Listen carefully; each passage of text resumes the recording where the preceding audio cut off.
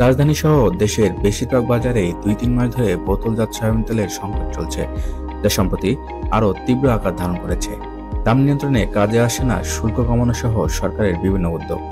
খুচরা ও পাইকারি বিক্রেতারা বলছেন, আন্তর্জাতিক বাজারে দাম বাড়ানোর যুক্তিতে কোম্পানিগুলো বোতলজাত সয়াবিনের দাম বাড়াতে চাইছে, কিন্তু পারছে না।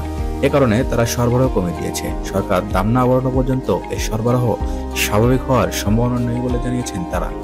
রাজধানীর কিছু কিছু দোকানে এমন বোতলজাত সয়াবিন তেল মিলছে যেগুলোর মূল্য ঘষে তুলে ফেলা হয়েছে, যেন সেগুলো বেশি দামে বিক্রি করা যায়। এ নিয়ে প্রায় প্রতিদিনই ক্রেতা বিক্রেতারা বিতণ্ডায় জড়াচ্ছেন। হঠাৎ কেন এমন সংকট জানতে চাইলে মুখ খুলছে না সরবরাহকারী প্রতিষ্ঠানগুলো।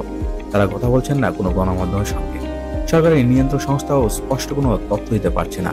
তবে বিভিন্ন সূত্রে জানা গেছে, বিশ্ববাজারে তেলের দাম বেড়েছে। এখন তেল বিক্রি করে লোকসান গুনতে হচ্ছে কোম্পানিগুলোকে, যে কারণে তেলের দাম বাড়াতে প্রস্তাব করেছে সরবরাহকারীরা। তবে সরকার দাম বাড়াতে চাইছে না।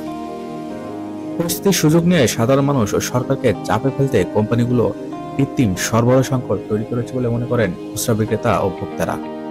দেশের বাজারে ভোজ্য তেলের দাম নিয়ন্ত্রণে রাখতে বর্তমান সরকার ২ দফায় আমদানি শুল্ক কর কমালেও এর কোনো ইতিবাচক প্রভাব পড়েনি বাজারে।